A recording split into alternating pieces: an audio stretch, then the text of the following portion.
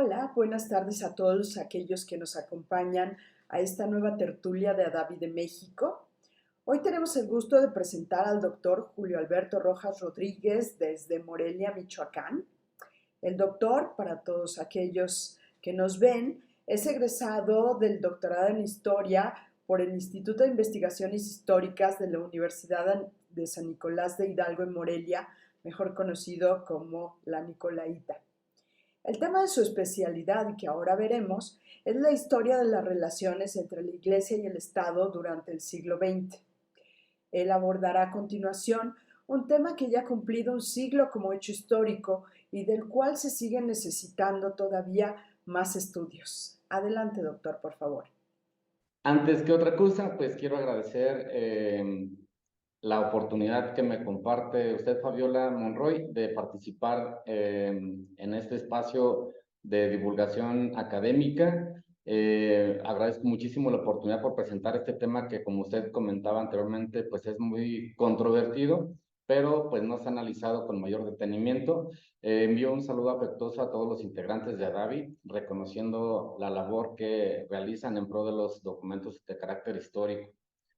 Por otro lado, me gustaría comenzar esta intervención señalando cómo es que surge el interés de analizar a los maestros rurales en Michoacán durante un periodo de violencia, durante un periodo complicado en el estado y en algunas otras partes del país, especialmente en el centro y occidente, que se insertan dentro del movimiento cristero iniciado por la Iglesia Católica Mexicana y el gobierno federal. Al respecto, debo mencionar que en una oportunidad que tuve de consultar el archivo histórico de la Secretaría de Educación Pública, que lamentablemente había estado en varias sedes de forma constante, la primera experiencia que tuve con un documento histórico de este acervo documental tan importante para la memoria histórica de México fue precisamente un expediente fechado el 8 de agosto de 1927. Era el expediente 34 y estaba clasificado como informe de labores. Este documento daba una cantidad de información muy importante sobre un incidente muy lamentable en Michoacán, que es el asesinato del maestro rural Moisés Zamora. Entonces me llamó muchísimo la atención encontrarme en el archivo histórico de la SEP con este expediente, y el profesor Zamora, recién egresado de la Escuela Normal Rural de Tacámbaro, fundada en 1922, pues había sido muy entusiasta en sus labores académicas, ya como profesor, tenía poca experiencia como profesor, pero bueno, fue acribillado por los cristeros. Lamentablemente tuvo un espacio de trabajo muy complicado, donde el líder José Trinidad Elizondo, cristero por supuesto, era considerado como uno de los brazos armados del obispo Lara y Torres. En este expediente entonces se indicaba o se indica que una vez que los cristeros habían incendiado varias escuelas de la región, procedieron a colgarlo de un árbol y después lo descolgaron con toda tranquilidad, y el profesor pues obviamente se dirigió con el supervisor escolar Joaquín Sánchez para recibir indicaciones sobre qué hacer o las medidas a tomar. No obstante, el inspector, a pesar de haber visto las huellas de soga en carne viva del cuello de Zamora, el profesor, le ordenó que se regresara a la escuela y que siguiera sus actividades docentes.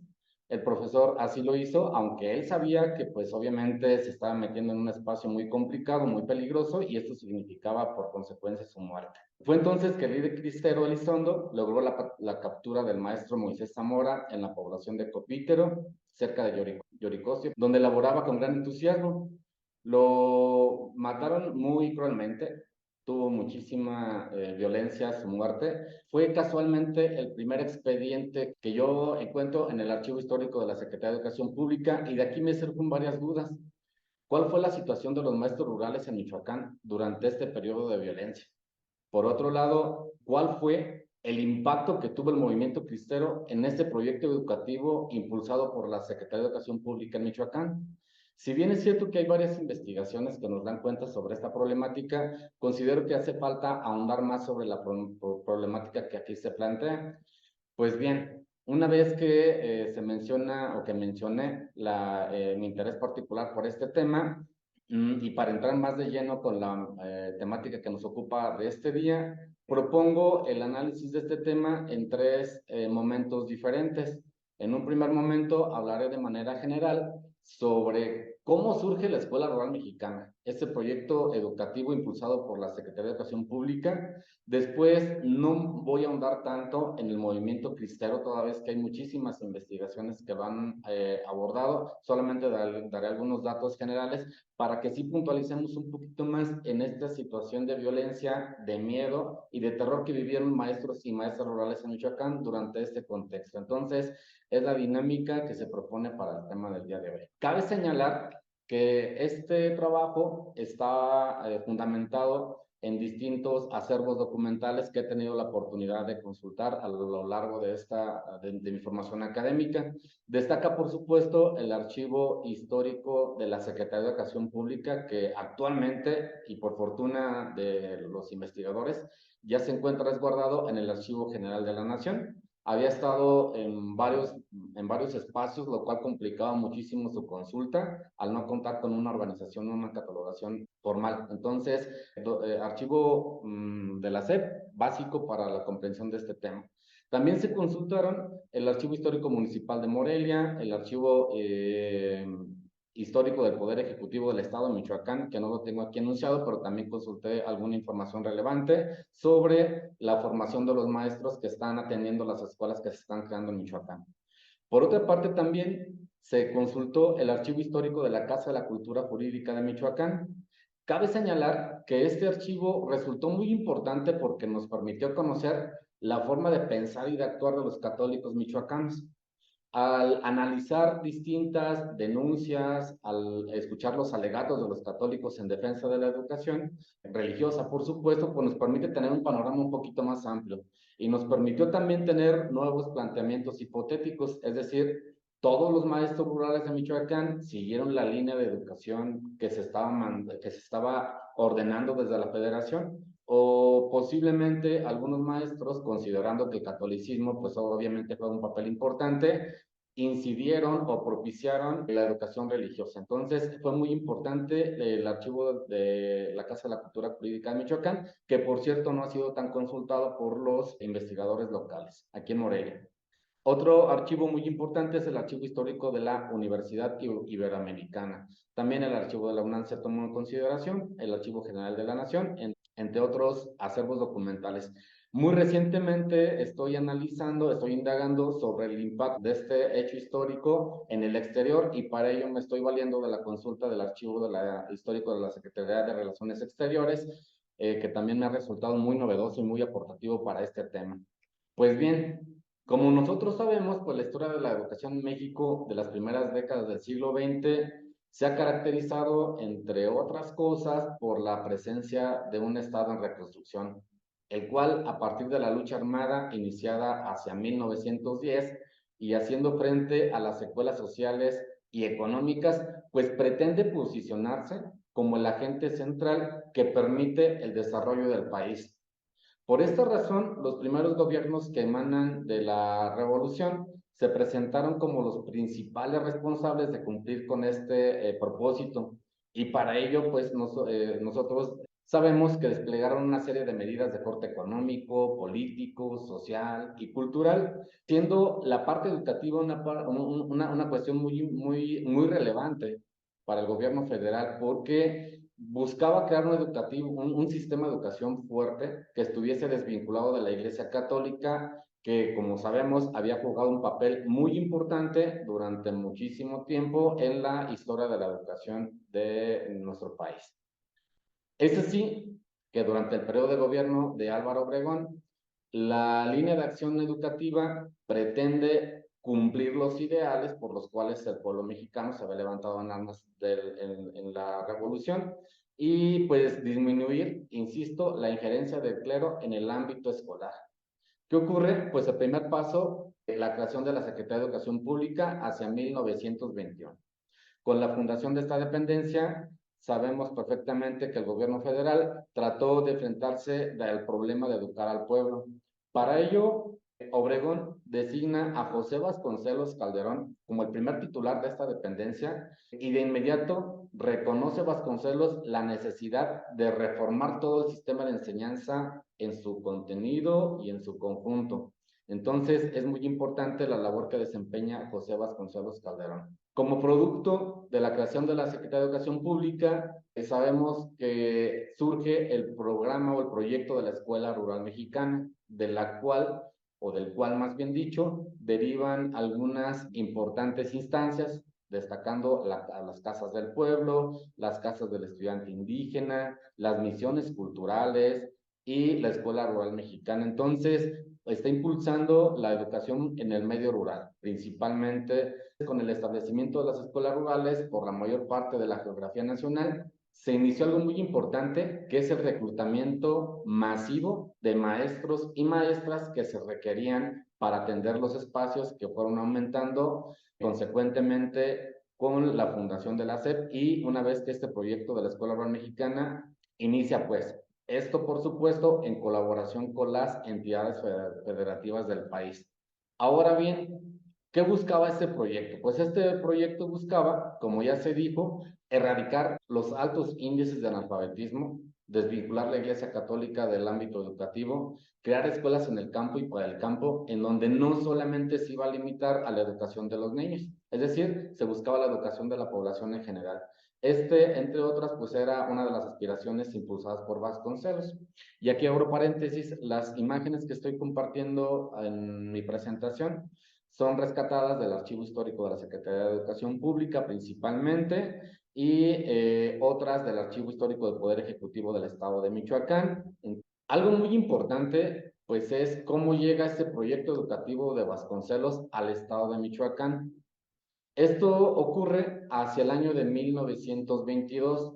Durante la gobernatura de Francisco J. Mujica, aquí en Michoacán, se ven materializados estos objetivos del proyecto educativo de Vasconcelos por medio de la firma de un convenio de federalización de la educación, pactado entre la entidad y entre la federación hacia el año de 1922. Este convenio de federalización establece las cantidades en materia económica que va a invertir la federación y el estado para tratar de abatir el alto índice de analfabetismo que permeaba no solamente en Michoacán, sino en varias partes del país. Cabe señalar que Francisco J. Mujica había desempeñado una tarea muy importante en cuestiones educativas como gobernador de Michoacán. Entonces, esto se refuerza aún más con la llegada del proyecto vasconcelista al estado de Michoacán. Entonces, nosotros tenemos que una vez que este convenio o este proyecto de federalización se formaliza entre Michoacán y entre la federación, pues la Secretaría de Educación Pública va a dividir al estado de Michoacán en 4 zonas escolares. Posteriormente se amplía a 6 y así sucesivamente. En un momento inicial, para tratar de tener un control más sobre el territorio michoacano, se dividen entonces en 4 zonas escolares que destacan: Morelia, Uruapan, Tacámbaro y Cualcomán. Es esta la manera en la que este proyecto educativo pues va llegando a Michoacán. Los primeros supervisores de Michoacán enviados por la Secretaría de Educación Pública fueron Mariano Gil, Jesús Delgado, Mariano Pérez Andrade y Pedro Rosales León, principalmente. Insisto, posteriormente se incrementan más las zonas escolares para atender a la población en cuanto a materia educativa se refiere. Este es un mapa que elaboré donde se ve la distribución gráfica de estas zonas escolares con el que inicia el proyecto de Vasconcelos y obviamente fue elaborado con base en información del archivo de la Secretaría de Educación Pública que consulté, donde también hay unos mapas con mayor formato que dan cuenta sobre dónde o qué espacios se van fundando las escuelas. Y cabe señalar que el centro y el occidente es el espacio geográfico de Michoacán que más va a tener inauguraciones de escuelas. Va a ser un aspecto muy importante a destacar. Algo muy importante que me parece oportuno mencionar es cómo reacciona la población michoacana ante el proceso de federalización. Es decir, se había estado habituado a otra dinámica educativa totalmente distinta. Ahora bien, ¿cómo recibe este programa la población? Y este es un aspecto que no se ha tomado tanto en las investigaciones que se han realizado y me parece muy importante. Debo reconocer que no se puede generalizar lo que ocurre en Michoacán con respecto a la federalización de la educación, pero la evidencia documental que se ha revisado nos permite distinguir entre posturas a favor y posturas totalmente en contra. Una vez que se realiza la revisión documental para conocer cómo se percibe este proyecto educativo en Michoacán, pues vemos una negativa por parte de algunas autoridades locales que no quieren unificar o que no quieren implementar este proyecto educativo en el estado de Michoacán, alegando que solamente acatarían órdenes o indicaciones del gobierno local, pero no del gobierno federal. Insisto, esta situación no se puede generalizar. ¿Por qué? Porque existieron por fortuna muchas localidades donde la escuela rural mexicana fue recibida con gran entusiasmo. Y al respecto, los testimonios de los propios maestros rurales que llegaron a Michoacán y los que se formaron en Michoacán y que atendieron estas escuelas, nos dan cuenta sobre la iniciativa de la población para fundar nuevas escuelas, para crear nuevas escuelas, para contribuir de alguna forma al desarrollo educativo del estado de Michoacán. Y por fortuna, en algunos casos, o en la mayor parte de los casos, la propia población facilitaba los espacios escolares para establecerse ahí las escuelas que se necesitaban. En otros casos, los pobladores apoyaban con los materiales, con la mano de obra, etcétera, para la creación de las escuelas rurales. Y esto es muy importante porque pues en realidad nos indica sobre cómo surge la educación pública que actualmente tenemos. Entonces, hay muchísimos casos, insisto, en el archivo de la SEP que nos permiten conocer esta dinámica de la construcción de las escuelas escolares. Algo muy importante también para entrar de lleno con la materia, cómo reacciona la Iglesia Católica ante esta propuesta educativa que era contraria a lo que ellos habían mantenido durante muchísimo tiempo en cuestión de educación. Cabe señalar que en un primer momento se mostró muchísima renuencia por parte de la Iglesia Católica sobre la población que acudía a estas nuevas escuelas. ¿Sí? La población estaba siendo restringida por parte, por parte del clero para que no atendieran a las escuelas oficiales y que por tanto se promoviera más la educación religiosa, como lo vamos a ver un poquito más adelante. Entonces, la Iglesia Católica protestó, por supuesto, por la creación de estas nuevas escuelas rurales. Manifestaba que los padres de familia no tenían la obligación de enviar a sus hijos a estas escuelas rurales porque lo que se enseñaba contravenía con los ideales de la Iglesia Católica.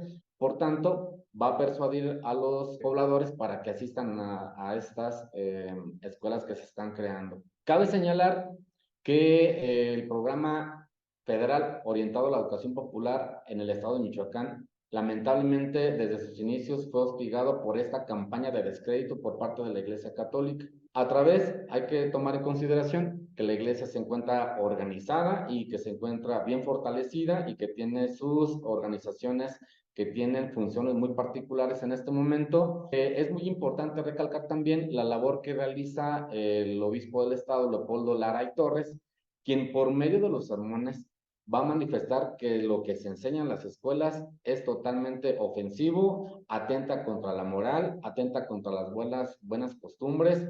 Un dato muy importante, hay que considerar que el estado de Michoacán, al igual que en algunas otras partes del país, el catolicismo tiene muchísima relevancia, ¿sí? Hablamos de que en este momento hay el 95.5% de la población, según datos del INEGI, son católicos. Entonces, pues digamos como que la Iglesia Católica sí estaba bien fortalecida, sí estaba siendo respaldada por parte de los feligreses y sí constituyó un elemento muy importante que obstaculizó la labor de los maestros rurales en el estado de Michoacán.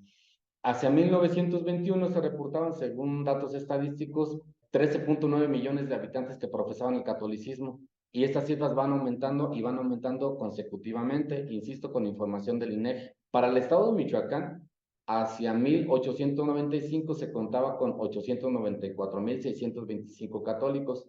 Y para 1940 esta cifra aumenta a 1.131.700 católicos. Es decir, que sí tiene muchísima injerencia la Iglesia Católica dentro de la población. No es casual que la correspondencia que nosotros revisamos en el archivo histórico de la SEP, en el archivo histórico de la Casa de la Cultura Jurídica o en el archivo histórico de la Ibero, nos dé cuenta sobre los casos de atropellos, diversos incidentes que van realizando los representantes de la Iglesia Católica para boicotear las actividades de los maestros rurales. En algunos documentos se puede leer que la Iglesia prohíbe totalmente a la población que acudan a estas escuelas oficiales. Y un elemento muy importante es la amenaza de excomunión. Entonces, una vez advertidos los pobladores en Michoacán, pues obviamente, pues iba a constituir esto un obstáculo muy importante que va a incidir en más aperturas de escuelas o en la nula asistencia de la población a las escuelas con las que se está contando en este momento.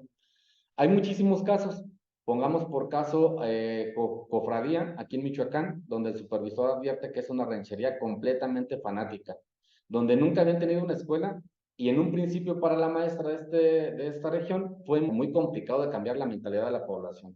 Entonces, con el paso del tiempo, los maestros rurales van inmiscuyéndose dentro de la población y van logrando una percepción más positiva sobre los espacios escolares. Ante esta panorámica, ¿cuál es la postura que asume el gobernador de Michoacán, Francisco J. Mújica? Francisco J. Mújica notifica a Álvaro Obregón sobre la enérgica influencia que la Iglesia Católica tiene en la región. Además, también le indica que hacia 1922 se funda un seminario para la formación de sacerdotes en Tacámbaro, una región muy importante para el catolicismo, y que se crean varias escuelas rurales, esto como una ofensiva a la legislación en materia educativa establecida por el gobierno federal. Mújica evidencia que el clero mantiene sujetos a los pobladores de la región en el más profundo fanatismo y por tanto considera entonces que es oportuno contrarrestar las acciones por el medio del establecimiento de más escuelas rurales. ¿Qué nos da esto como consecuencia? Pues que la SEP va a impulsar con mayor firmeza la educación popular en el medio rural en el estado de Michoacán. Por ello, se fundan muchísimas escuelas, aproximadamente 150 escuelas rurales tan solo para el año de 1822. Se proyectó también la creación de 85 escuelas nocturnas. Se ideó y se fundó, de hecho, también la Escuela Normal Regional del Tacámbaro hacia 1922. Varias escuelas comerciales, mixtas, escuelas para señoritas. Por tanto, con la coordinación estatal y con la coordinación federal, se impulsó fuertemente la educación en Michoacán, como no se había realizado en otros momentos de nuestra historia. Es así que por medio de diferentes actividades institucionales apoyadas en todo momento por Obregón, se implementó uno de los proyectos educativos más importantes de la historia de la educación de nuestro país, el de la Escuela Rural Mexicana. Con ella se crean algunas campañas contra el analfabetismo, se impulsan las bellas artes, los oficios, los deportes, se crean bibliotecas ambulantes, libros de texto gratuitos, entre otras actividades. Para que esto se pudiera lograr o concretizar de manera eficiente, se necesitó evidentemente la presencia del magisterio. El magisterio resulta fundamental, por lo que Vasconcelos convocaba a todos aquellos hombres y mujeres como promotores del cambio social. Entonces, es ineludible la importancia que tienen los maestros rurales en este proyecto educativo. Para el clero, los maestros rurales que atienden las escuelas oficiales, las escuelas de gobierno, son considerados como portadores o agentes de las políticas oficiales y por tanto se consideran como enemigos de la iglesia. Es por ello que en un primer momento la población fue muy renuente con los maestros rurales y por tanto entonces yo insisto, los maestros pues son enemigos de la Iglesia Católica por no impartir instrucción religiosa como se había estado haciendo en otros momentos. La Iglesia Católica ante este proyecto educativo se consideró por demás agraviada y por tanto mostró su descontento y alertó a los propios feligreses a manifestarse en contra de los nuevos planteles. Para ellos, la aplicación del laicismo en los planes y programas de estudio fueron catalogados como antirreligiosos, fueron considerados como ateos. ¿Por qué? Porque atentaban contra la moral y contra las buenas costumbres, porque se pretendía, según la Iglesia Católica, descristianizar a México. Cabe señalar que lo que la Iglesia Católica busca en este momento es la libertad de los padres de familia para decidir cuál es la educación más pertinente para sus hijos. Entonces, el tema de la libertad de educación es el principal estandarte de la Iglesia Católica en toda esta problemática. En ese sentido, pues a través de diversos comunicados, la Iglesia Católica advierte a la población que estos centros escolares que se están creando representan un grave peligro. Los tildó de herejes, de satánicos y por tanto castigó con la excomunión a todos aquellos que los aprobasen o a todas aquellas personas que mandaran a sus hijos a las escuelas o a las personas que también estaban asistiendo a las actividades que se realizaban en torno a la escuela rural. Entonces, la campaña de descrédito impulsada por el obispo de Michoacán, Lara y Torres, se intensifica con la movilización de sus seguidores en contra de las escuelas oficiales. En este tenor, en el marco de una ceremonia solemne realizada en Tacámbaro hacia 1822, Lara Torres hace pública la siguiente declaración. Dice que odia a la escuela atea y por tanto pide para que los católicos odien también a las escuelas. Dice que estas escuelas rurales van a ser causa de la perdición de la población y por tanto, insisto, castiga con la excomunión a todas aquellas personas que acudan a las escuelas rurales, a todas las escuelas de gobierno. Entonces, una vez iniciado este boicot, se concentra en un primer momento en una campaña ideológica. Desde el púlpito, a través de una propaganda impresa muy importante, hacen propagar el temor y el rechazo hacia la Escuela Rural Federal.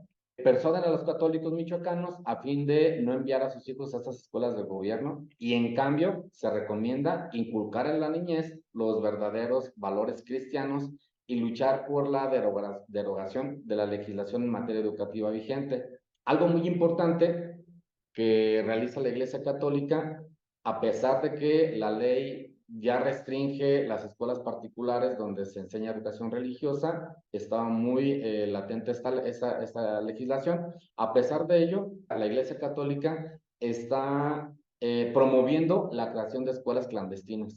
Es decir, buscar espacios donde se sigan enseñando a los niños cuestiones que tienen que ver con la religión. Y decía el obispo, mientras tanto, si se cierra una escuela católica, ábranse 20. Si se arrebata un edificio escolar, edifíquense muchos otros. Si no hay dinero para edificarlos, levántense tiendas de campaña e impártase la instrucción cívica y religiosa, aunque sea debajo de la sombra de los árboles. Entonces, es muy importante la labor que desempeñó en pro de la educación religiosa Lara y Torres aquí en Michoacán. De acuerdo a estas incidencias, el 2 de julio de 1926, el diario oficial de la Federación publica la ley Calles, que reforma el Código Penal, incluye los delitos relativos a la enseñanza confesional en los cultos. El más importante desde nuestra perspectiva, el artículo 19, era el más delicado, pues volvía obligatoria la inscripción oficial de los sacerdotes para ejercer sus ministerios. Y después, la Liga Nacional Defensora de la Libertad Religiosa organiza un boicot en contra del gobierno y anuncia la supresión de culto como manera de protesta. Cabe señalar que esta Liga Nacional Defensora de la Libertad Religiosa, a través de las organizaciones a ella asociadas, crea diversas alternativas para tratar de abatir las escuelas rurales y por contrario, promover más la educación religiosa. De entre estas organizaciones religiosas destacan la Unión de Damas Católicas, los Caballeros de Colón, la Acción Católica de la Juventud Mexicana, entre otras.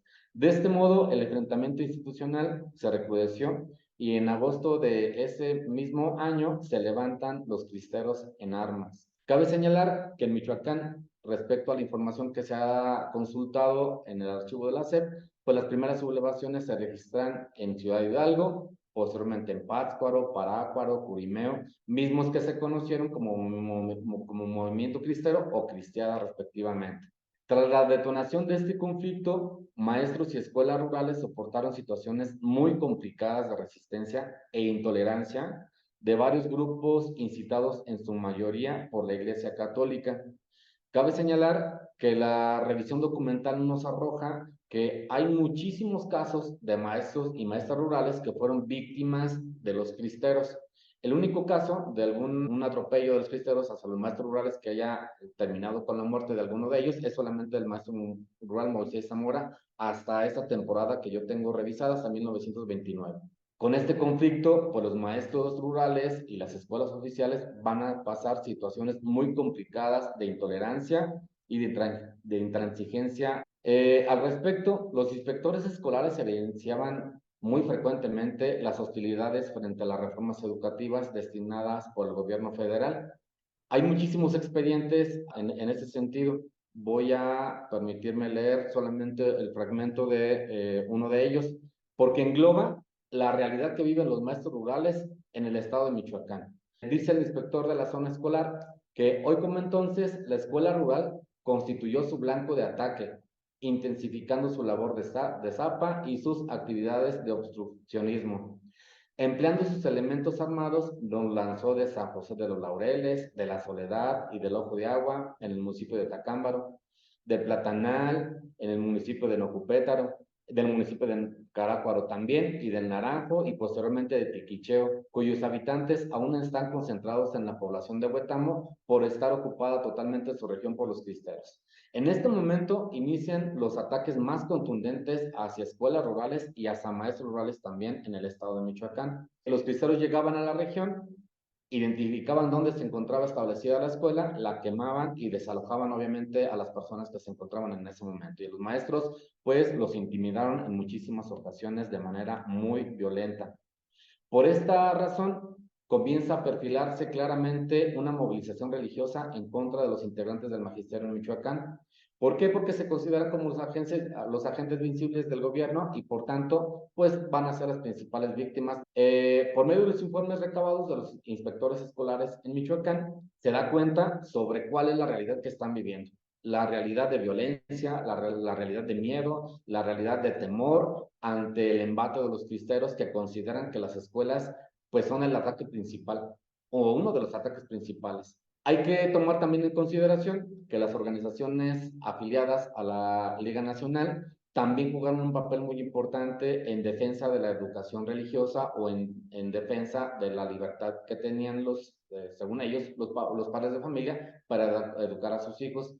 Destacaron muchísimo los caballeros de Colón, que realizaron una resistencia muy marcada en contra de las escuelas rurales en Michoacán y van a jugar un papel estratégico también en la defensa que el clero está buscando por la libertad religiosa. Entonces, lamentablemente, durante los años siguientes, los integrantes de las organizaciones religiosas intensifican la persecución en contra de aquellos maestros porque se oponían o porque no estaban enseñando instrucción religiosa dentro de los planes y programas de estudio. Así lo refieren maestros en casos innumerables. Por ejemplo, la maestra de la Escuela Rural de San Diego decía que el municipio de Indaparapeo fue amagada de muerte por los facciosos, así como los alumnos de las escuelas nocturnas llamándola gobernista y bolchevique. Entonces, esta situación de violencia que vivieron los maestros y maestras rurales fue muy lamentable y en definitiva constituyeron un obstáculo muy considerable dentro del desarrollo educativo de la Escuela Rural Mexicana en el estado de Michoacán. Hacia el año de 1927, después de varios brotes espontáneos de rebelión, los cristeros que se habían levantado al grito de Viva Cristo Rey propiciaron que los maestros rurales pasaran por situaciones de intolerancia de algunos grupos incitados en su mayoría por el clero. Entonces, el clero había desplegado diversas formas de resistencia ante la expansión de la línea educativa. Cabe señalar entonces, o como puede notarse, las tropas cristeras pronto se van propagado por diversas regiones de la geografía michoacana, las cuales tuvieron como objeto principal limitar el poder del Estado mexicano, transgrediendo de forma intransigente al magisterio michoacano. De este modo, en medio del fuego cruzado entre cristeros y federales, la labor de maestros rurales se ve constantemente agraviada. Este contexto situaba o colocaba a los maestros en una situación vulnerable frente a grupos radicales que luchaban de manera enérgica en pro de la libertad religiosa. Al respecto, los trabajos de diferentes autores inciden que los intereses de terratenientes y clero instigaron para echar abajo la nueva escuela que se estaba fomentando o la nueva línea de acción educativa que se estaba impulsando desde el gobierno federal en coordinación con el gobierno local. Algunos profesores reportaron situaciones de muchísima gravedad, de muchísimo riesgo y de muchísimo peligro ocasionado por el embate de los cristeros en el estado michoacano. De hecho, el profesor José Alcázar, de la región de Uruapan, señalaba que en esa región la situación era totalmente alarmante. Los cristeros están, a decir de muchas personas con quien he tratado de orientarme, mencionaba el inspector, muy orgullosos y se han dado a cometer tropelías terribles. El inspector de esta zona ha aceptado el cierre de una escuela atendida por una señorita, pues esta infeliz mujer, un cura que capitaneaba o organizaba una chusma de bandidos, trataban de colgarla. ¿Por qué? Porque no enseñaba catecismo. Decía que todas las personas con quien había consultado la partida del supervisor le han dicho una sola expresión, que no llega a 5 kilómetros de ese lugar cuando ya lo colgaron los cristeros. Esta situación, repito, jugó un obstáculo muy importante dentro del quehacer educativo de los maestros rurales. Hay muchísimos casos que nos dan cuenta sobre los ataques e intimidaciones y en varios casos asesinatos en otras regiones de México. Se quemaron escuelas, por lo que maestros tuvieron que concentrarse en lugares un poco más seguros. Un planteamiento hipotético que planteo en esta presentación es que si bien los maestros fueron víctimas de los cristeros, la información documental que hasta este momento revisé en el Archivo Histórico de la Casa de la Cultura Jurídica me da cuenta de maestros oficiales que se inmiscuyeron con los cristeros y atentaron contra las escuelas oficiales. Hay casos documentados de maestros entonces que dejan de lado su visión oficial o su postura oficial que debieron asumir y se incorporan a las filas con los cristeros. Entonces, insisto, hay casos documentados que permiten mantener este planteamiento hipotético. En el estado de Michoacán, entonces, existieron maestros que coadyuvaron a las acciones de resistencia de la jerarquía eclesiástica frente a las políticas educativas federales. Que pongo como ejemplo es el del profesor Elías Vergara, quien fue puesto a disposición del Ministerio Público y fue acusado por establecer un centro de propaganda católica en la región de Angangueo. Asimismo, también proporcionó apoyo económico a los detractores del gobierno. Esto, insisto, con información del Archivo Histórico de la Casa de la Cultura Jurídica, que nos ha permitido tener un panorama más amplio sobre cuál es la situación que están viviendo los maestros rurales. Y, insisto, la mayor parte de ellos son víctimas, pero también hubo victimarios. Algo que se tiene que tomar en consideración. Una reflexión que yo invito derivado de este tema es qué pasa con las mujeres en este momento. Indudablemente, la participación de las mujeres dentro del proyecto educativo de la SEP fue muy importante a pesar de los retos de género y violencia que tuvieron que afrontar. Las maestras continuaron realizando su misión en la búsqueda de la transformación de la educación popular mexicana.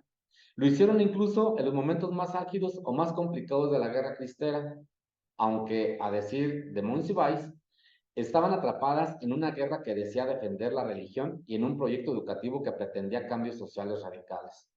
Al respecto, los testimonios de las maestras rurales que formaron parte del magisterio en Michoacán durante este periodo de estudio 1922-1929 nos develan el ambiente de tensión que formó parte de su vida cotidiana. Tal es el caso de la maestra Arnulfa Ruiz, quien por medio de una carta que envía a la Secretaría de Educación Pública notifica lo siguiente, y la voy a citar. Haga usted el favor de dispensarnos que nos dilatemos con las noticias estadísticas. Por consecuencia, en San Felipe no hay correspondencia, en primer lugar. En segundo, que nadie puede ni quiere traer papeles de gobierno o de ninguna otra clase, ni para la familia de uno. Dicen que los esculcan los cristeros y que si les hallan un papel de las escuelas, los fusilan. Y en realidad, para yo venirme de Uruapan, necesito venirme a las 7 de la noche y traer los papeles en las medias, de modo que no se note, y regresarme el otro día para que nadie se dé cuenta que salí de San Felipe. Dice la maestra, a mí me dicen los cristeros, váyase muy derechito, señora, porque si no se va derecho, quién sabe qué pase. Evidentemente, este es un caso asintomático que nos permite conocer la realidad de las maestras rurales y del magisterio en su conjunto. Sin lugar a dudas, a pesar de estos obstáculos, las maestras insistieron en su quehacer educativo. Y a decir de Oresta López, quien ha estudiado a las maestras rurales en México y es muy conocedora del tema, pocas de las veces hablaron de sus experiencias, pues constantemente eran cambiadas de escuelas y muchas de ellas mantuvieron en silencio su identidad de víctimas de violencia. Al respecto, la revisión documental que nosotros hemos realizado permitió recuperar el testimonio de algunas maestras rurales que fueron víctimas de estos ataques atroces de los cristeros. Al respecto, la maestra María de la Luz Juárez, que fue comisionada en la localidad de San Miguel del Monte, municipio de Morelia, hizo saber que el viernes 26 llegó a San Miguel del Monte, donde ella laboraba como maestra, una partida de rebeldes cristeros que tuvieron un encuentro con las fuerzas del gobierno que allí se encontraban. Las escuelas las cuales después de haber triunfado, se dedicaron a incendiar todo el rancho, inclusive el local y muebles y útiles de la escuela que era a mi cargo, desapareciendo por completo la vecindad. Sin lugar a dudas, fue muy lamentable el embate de los cristeros en contra de maestros rurales y en contra de planteles que estaban, pues, impulsando el proyecto educativo federal. Entonces, es importante, insisto, analizar y reflexionar el papel que desempeñaron las maestras rurales o las mujeres en este momento de violencia, en este momento de incertidumbre, y a pesar de ello, continuaron realizando su labor. Entonces, de hecho, actualmente estoy preparando una investigación única y exclusivamente sobre el papel que desempeñan las maestras rurales durante este contexto en el quehacer educativo de Michoacán. Por consiguiente, las tropas cristeras, primero, como ya había dicho, localizaban las escuelas donde se enseñaba la educación oficial, por lo que los maestros pues se volvieron el foco de ataque principal. Así, los profesores tuvieron la necesidad de improvisar diversas estrategias para establecer las condiciones que permitiesen el impulso de las reformas educativas en la población, sin que la autoridad de la Iglesia Católica significara un enfrentamiento fatal. El poder del clero se traducía en presiones hacia los maestros rurales. Eusebia Nieto narra cómo en San Miguel del Monte, donde fue comisionada como maestra rural, laboró en un principio sí con éxito, pero después, debido al gran índice de bandidaje y la fuerza de los cristeros que asolaban la región, los vecinos de ese pueblo, bueno, se hicieron huir por los cristeros y la maestra fue expulsada varias ocasiones, amenazándola que si no se iba, la iban a matar los cristeros. Entonces, son situaciones muy complicadas que vivió el magisterio en Michoacán durante este periodo, pues sí, muy complicado. Hacia el año de 1929 terminó el cese de la rebelión armada, pues varios cabecillas cristeros se rindieron y otros más peligrosos habían fallecido durante este enfrentamiento. Pero ello no implicó que desaparecieran las actividades de algunos grupos que seguían hostilizando a los maestros rurales e intentando sabotear las iniciativas de las autoridades educativas. Cabe señalar que los datos estadísticos de las escuelas rurales en el estado de Michoacán, que se han revisado en el archivo de la SEP, sí muestran un impacto muy negativo en la clausura de las escuelas. Si nosotros analizamos las estadísticas, recurrentemente la causa principal por el cierre de las escuelas rurales que había en el estado de Michoacán ya para 1927, 28, 29, es por el ataque de los cristeros. O es porque la escuela se encuentra en riesgo, o es porque el profesor no puede presentarse porque hay situación de riesgo, o porque ya fue amenazado previamente por los cristeros. Esto, en definitiva, juega un papel muy importante en contra de la escuela rural mexicana que con tanto esfuerzo trataba de abatir el analfabetismo y buscaba encaminar a México en un proyecto económico que permitía un desarrollo pues más acorde a lo que se requería en este momento. Hay que señalar que los acuerdos entre la Iglesia Católica y el Estado mexicano efectuados en el año de 1929 lamentablemente no pusieron fin a las agresiones hacia los maestros rurales, pero sí constituyeron un intento entre ambas instancias en recuperar el control sobre los pueblos que participaron en este enfrentamiento. Cabe señalar que para el caso de Michoacán hay investigaciones que nos dan cuenta sobre la violencia de maestros rurales en un siguiente momento. A partir de que se impulsa la educación sexual, a partir de que entra en vigor la escuela socialista durante el periodo de Lázaro Cárdenas, sí hay maestros que son asesinados. Durante este lapso, yo solamente he documentado el caso del maestro Moisés Zamora, quien de forma inmediata constituyó un signo de alarma durante toda la región de Tacámbaro por la gravedad con que fue cometido este crimen. y se clausuraron muchísimas escuelas en la región inmediatamente cuando los maestros se dieron cuenta que el maestro Moisés Zamora había sido fusilado por los cristeros. Era pues la vuelta a la disputa, aunque en ese mismo año disminuyó de manera considerable la actividad de los cristeros en la entidad, siguieron existiendo lugares que aún representaban algún tipo de riesgo para los maestros y maestras rurales del estado de Michoacán. En suma, el problema al que se enfrenta la educación durante la década de los 20 y principios de los 30 seguía siendo el de la Iglesia Católica. Por eso no es de sorprender la cantidad de casos que nosotros hemos analizado y que se han presentado en este espacio sobre los ataques de los cristeros en contra de escuelas rurales y en contra de los maestros principalmente.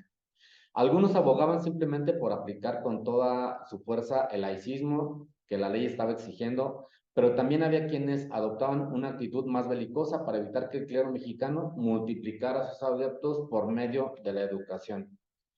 Entonces, se ha tratado de mostrar el panorama durante el cual maestros y maestras rurales trataron de llevar a cabo un proyecto educativo que buscaba abatir el analfabetismo en la población, que buscaba que principalmente el medio rural tuviese una mejor calidad de vida y lamentablemente encontró en Michoacán un espacio donde la disputa institucional entre la Iglesia Católica Mexicana y el gobierno federal marcaban una serie de complicaciones muy delicadas que ponían muchísimas veces en riesgo su propia vida, porque pues obviamente el movimiento cristero fue muy violento, no solamente en Michoacán, principalmente también en el centro occidente del país. Yo quiero terminar esta presentación agradeciendo el espacio que se me ha concedido en esta mesa. Espero haber contribuido un poco con el conocimiento de esta temática y pues quedaré atento para dudas, comentarios, sugerencias en algún momento que se me indique. Bueno, pues agradecemos al doctor Julio Rojas este panorama que nos ha dado ya, de un tema que ya tiene prácticamente un siglo. Y bueno, para su etapa final va a cumplir un siglo ya al respecto y que yo creo que sí existe una necesidad todavía de trabajar más esto. A mí me llama mucho la atención, pues todos los archivos que consultó, que se me hace muy buen trabajo de investigación, por supuesto, de mucho nivel. Y en el caso de la SEP, que usted ya nos diga que ya está el archivo en un lugar fijo, ¿no? Yo supongo que para estas investigaciones se topó, en el caso de lo que nos comenta de los documentos, con diferentes niveles de archivo. ¿Nos puede hablar algo al respecto? Sí, ¿Cuáles son claro. los más ordenados o cuáles ha visto que han mejorado, como por ejemplo el de la SEP? Y consultó también, en este caso, archivos eclesiásticos. Ujú. Bueno, esas son así como de entrada. Sí, bien. Iniciaré con el archivo histórico de la Secretaría de Educación Pública, que cuando yo inicié la consulta de este acervo documental tan importante que resguarda la memoria histórica de la educación de nuestro país a partir de la Secretaría de Educación Pública hacia 1921, debo señalar que me causó muchísimo desaliento porque no sabía dónde se encontraba físicamente el archivo y era todo pues una hazaña llegar finalmente donde físicamente está resguardado esta memoria tan importante para los mexicanos. Cuando yo llego al archivo de la Secretaría de Educación Pública, cuando ya lo pude localizar, me encontré con una problemática muy importante porque no estaba clasificado como tal. Entonces, llega uno a la sede del archivo, pide información sobre el espacio geográfico y la temporalidad que uno desea investigar, y pues tan solo le dicen a uno, pues hay un montón de cajas, algunas dicen Michoacán, algunas otras dicen Quintana Roo, algunas otras dicen Ciudad de México, pero pues le voy trayendo a ver qué va, a ver con qué se va encontrando. Yo mencionaba que la primera caja que revisé contenía el asesinato del maestro rural Moisés Zamora en 1927. Entonces, durante este periodo pude hacer una consulta amplia con la información diferente que tuve a mi alcance. Después, cuando ya terminé mi trabajo de grado, me enteré que el archivo de la Secretaría de Educación Pública ya se encontraba bajo resguardo del Archivo General de la Nación, lo cual me causó muchísimo, pues mucho gusto porque en realidad ahora pues sabemos perfectamente el cuidado que tiene el AGN sobre el acervo documental y para un trabajo que estoy realizando para otro proyecto, he ido a consultar al Archivo General de la Nación y pues obviamente ya se encuentra la información clasificada al menos por estados, al menos por temporalidad, lo cual facilita un poco más la consulta de los acervos documentales. Por otra parte, un archivo histórico que aquí en el estado de Michoacán no se le había dado la importancia debida es el archivo histórico de la Casa de la Cultura Jurídica que tenemos aquí en Michoacán. Yo escuché por recomendación de uno de mis profesores que se encontraba esa información y que posiblemente iba a encontrar información relacionada con la temática que estaba planteando. Y efectivamente, cuando llegamos bueno, cuando llegué al archivo de la Casa de la Cultura Jurídica de Michoacán, está en proceso de clasificación en este momento, pero sí me permitió tener a mi alcance expedientes muy ricos en información, expedientes que cambian totalmente la dinámica de lo que se está investigando y da el panorama para plantear o realizar nuevos planteamientos hipotéticos. Por ejemplo, yo había pensado que los maestros rurales únicamente fueron las víctimas de los cristeros, pero no sabía que hubo casos de maestros rurales que obviamente, pues es que son católicos. Hubo maestros rurales que se incorporan a las filas de los cristeros y que más aún prestan apoyo económico y se convierten en líderes propagandísticos para impulsar la educación religiosa y estar más acorde con lo que está impulsando la Iglesia Católica. Entonces, es cambiar totalmente el tratamiento hipotético a la luz de nuevas fuentes documentales que se están encontrando al paso de la investigación, que lamentablemente dice uno, ¿cómo no encontré este archivo anteriormente? ¿Cómo no encontré este expediente para lo que ya hice, para lo que ya presenté? Pero sí permite tener panoramas más amplios. Otro archivo que también me parece muy importante es el del archivo histórico de la Secretaría de Relaciones Exteriores. La Secretaría de Relaciones Exteriores obviamente tiene información sobre cuál es la percepción que se tiene en el extranjero sobre el movimiento cristero y cuál es la postura que asumen otros países referente a la clausura de escuelas, referente a los atropellos en contra de maestros rurales. Esto me ha ayudado a plantear temáticas que no han sido tan comunes dentro de la historia de la educación del siglo XX. Por ejemplo, el movimiento cristero visto desde la prensa en Colombia, en Cuba, en Costa Rica, etcétera.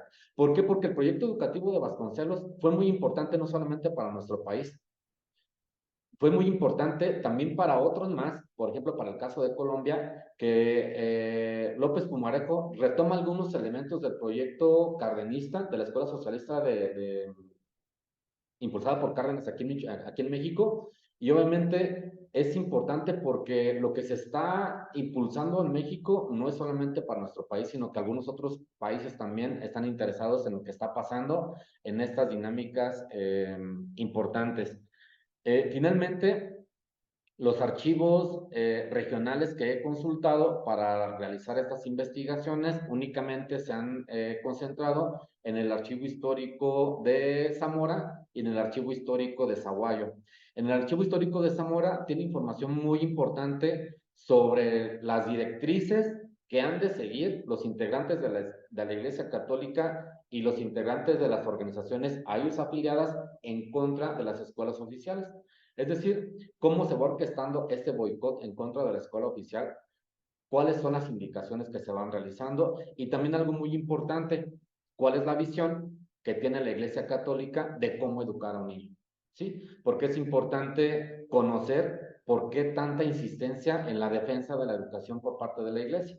Entonces, estos archivos regionales han permitido conocer o identificar actores regionales importantes, tanto como de la Iglesia Católica como de las organizaciones afiliadas a ellas. Entonces, para mi trabajo de grado, para la obtención de doctor en historia, consulté únicamente estos dos acervos documentales. Cabe señalar que la información da para muchísimo más, para otra línea de investigación más amplia todavía. Por ejemplo, para el caso de Michoacán, son escasas las investigaciones que tenemos sobre qué onda con las maestras, qué pasa con las mujeres que son maestras y que se dedican al magisterio. ¿Por qué? Porque tenemos organizaciones católicas mexicanas encabezadas por mujeres y casualmente las mujeres se convierten en victimarios de las propias mujeres. ¿Por qué? Porque están siguiendo los ideales o los postulados o el planteamiento que les hace la Iglesia Católica, por ejemplo, la Unión de Damas Católicas, que juega un papel muy importante en Michoacán en defensa de la educación religiosa. Y los ataques van encaminados hacia las maestras rurales, es decir, mujeres contra mujeres, mujeres que tienen ideales totalmente distintos o que están atendiendo proyectos que difieren, obviamente, tanto como en su forma como en su naturaleza. Entonces, es muy importante sí tener en consideración que este tema, como muy bien usted lo mencionaba hace un momento en su intervención, es un tema que es importante y que puede ser analizado a la luz de nuevas problemáticas, a la luz de nuevas fuentes, a la luz de nuevas perspectivas o nuevos planteamientos hipotéticos, porque es un tema vigente. Entonces, Claro, y abusando, abusando de su tiempo. La pregunta es, ¿se sabe todos los profesores eran locales? O sea, ¿había una escuela normal en Morelia o los profesores provenían de otras entidades cercanas? muy bien. Para el caso de Michoacán, ya existían escuelas dedicadas a la formación de profesores y profesoras. Cabe señalar que en este contexto la Universidad Michoacana juega un papel muy importante porque ya ofrecía la carrera del magisterio y ya había academias que se especializaban en Michoacán para la formación de maestras rurales. Algo muy importante es que hacia 1922 el gobierno, el gobierno local, aquí en Michoacán, crea algo que se conoce como la Comisión Revisadora de Hojas del Servicio del Magisterio. Y es como una medida o como una evaluación que se hace a las profesoras o profesores que están atendiendo las escuelas rurales. Se les hace una evaluación y con base en el resultado que obtienen, se va designando el nivel académico que pueden atender o en el cual se pueden ellos incorporar. Y la Comisión Revisadora de Hojas de Servicio del Magisterio nos arroja información muy riquísima porque algunas de las imágenes de maestros rurales que compartía en ese momento, que son michoacanos, son producto del análisis de ese acervo documental. Ahora bien, a Michoacán llegan maestros rurales enviados por la Secretaría de Educación Pública. De hecho, en el archivo histórico de Gerardo Díaz, Gerardo Sánchez Díaz, en el Instituto de Investigaciones Históricas, hay fotografías de los primeros maestros rurales enviados por la Secretaría de Educación Pública para hacerse cargo del proyecto educativo vasconcelista. Entonces, hay maestros que son formados en Michoacán y hay maestros que llegan enviados por la SEP. Cabe señalar que con las misiones culturales se buscó el fortalecimiento académico de los maestros. Se hacían cursos pedagógicos con la finalidad de que los maestros tuviesen mayores herramientas, aquellos que no contaban con una preparación idónea, que tuvieran más herramientas para enfrentarse a la problemática educativa que estaba permeando en Michoacán.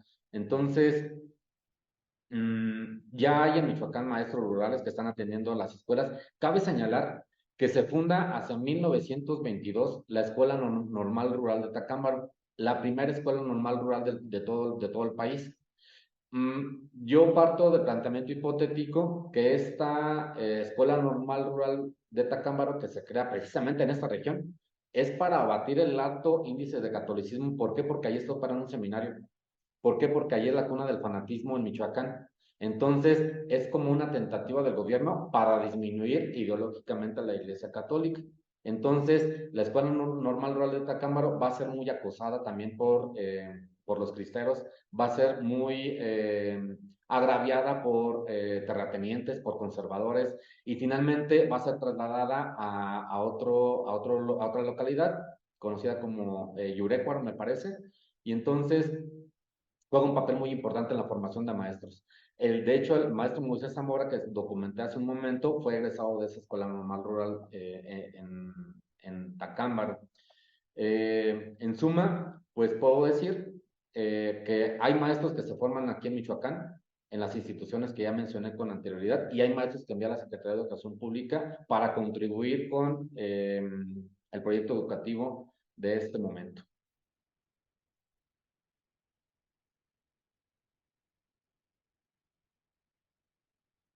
Ay, como que no le escucho.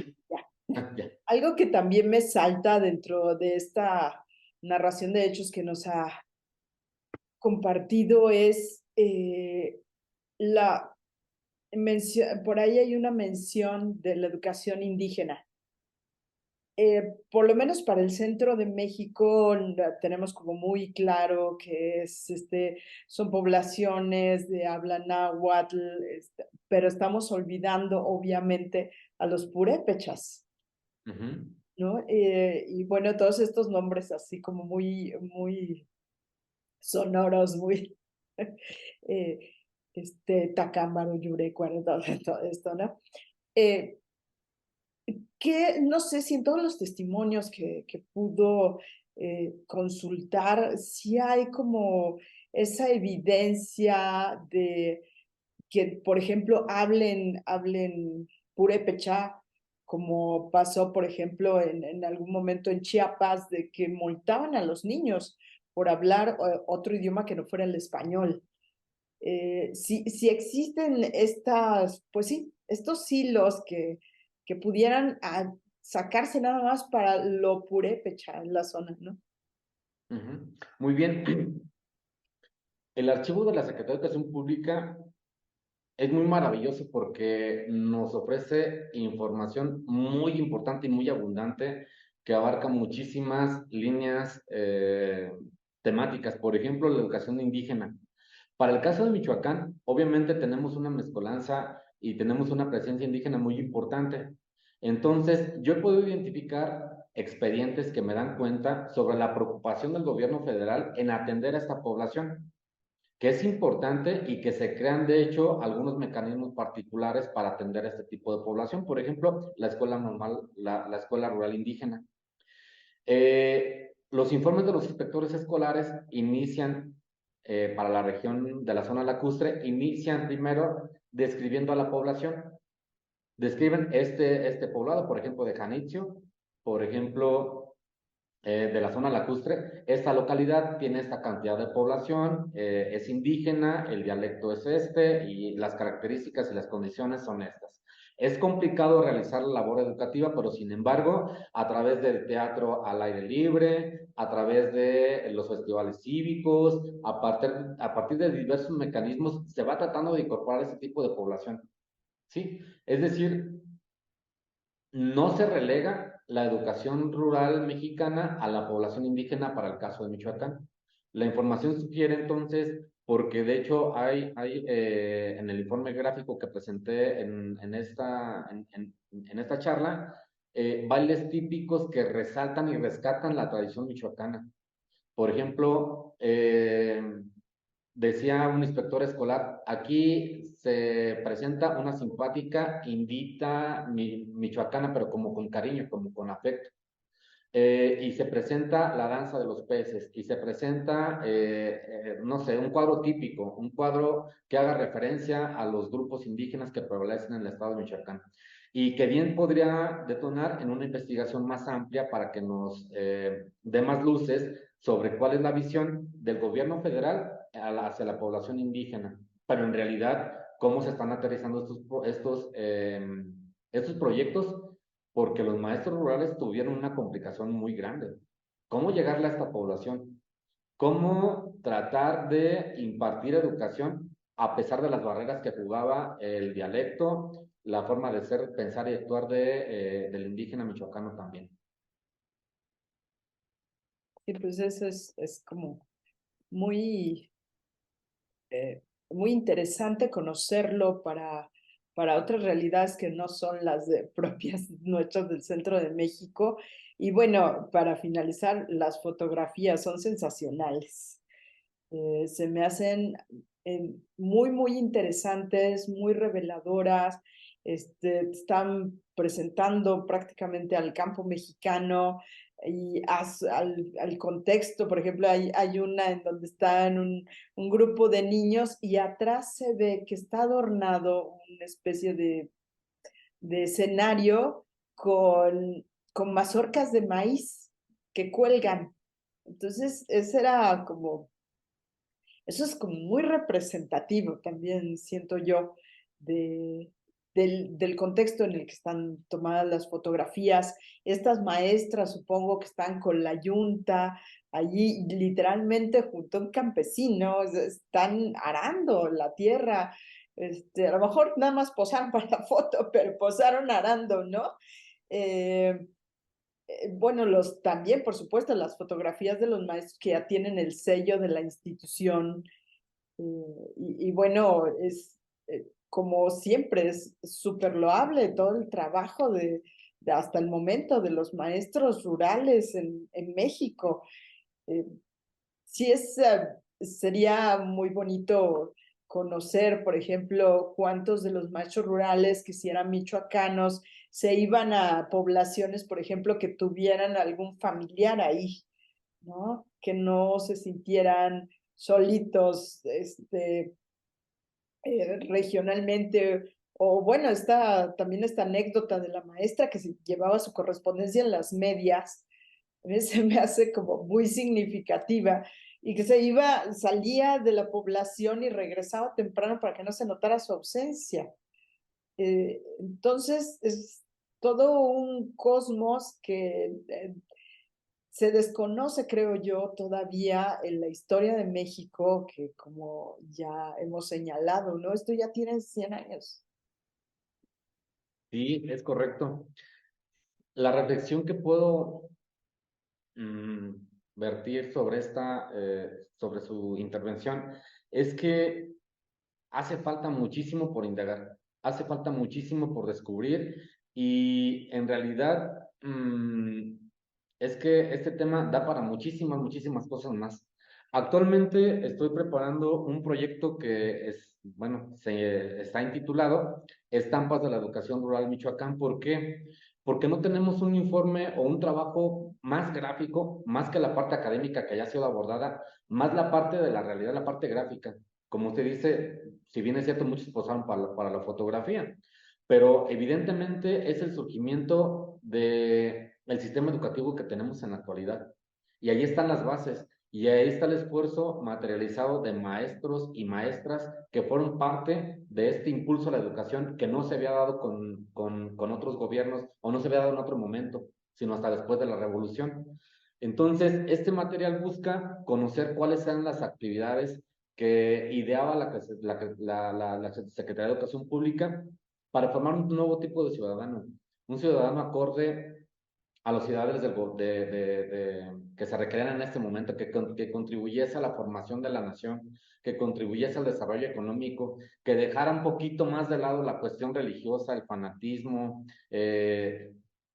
como que fuera rompiendo esta forma de pensar y de actuar, y por medio de los festivales cívicos, por medio del teatro al aire libre, por medio de diversas actividades muy, muy bonitas que hacía la Escuela Rural Mexicana, pues incorporarlos al sistema educativo que el gobierno está ideando o que considera correcto. Pues eh, esta mujer que aparece posando con el arado, con las vacas, me parece muy importante. ¿Por qué? Porque rompe estereotipos, porque tradicionalmente la mujer está relegada para las labores del hogar y es muy mal vista una mujer que más allá de no estar dentro de su hogar al cuidado de los niños o al cuidado del quehacer doméstico, está rompiendo estereotipos porque está buscando más alternativas y la mujer se está incorporando a nuevos espacios donde puede, pues, explotar más su capacidad. Entonces, esas imágenes sí nos permiten conocer también cómo la mujer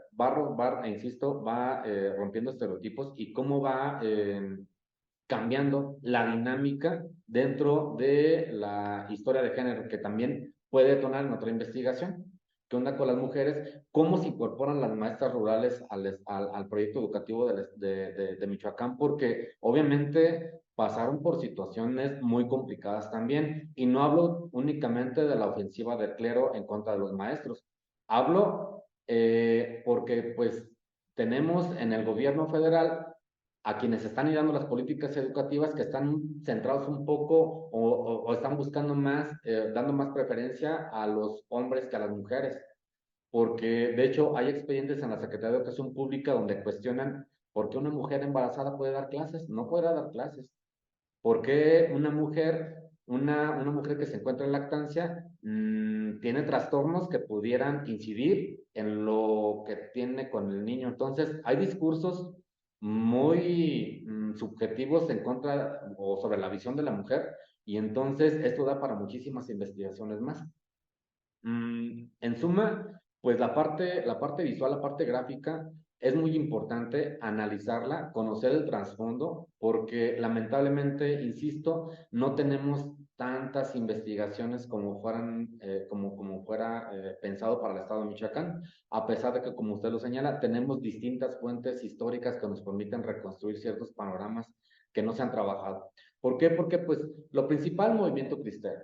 Lo principal, pues, la Escuela Rural Mexicana. Lo principal, las misiones culturales. Sí, pero ¿qué onda con las mujeres? ¿Qué pasó con los niños? ¿Cómo viven también los niños en esa situación complicada? Entonces, hay muchísimo por explorar todavía.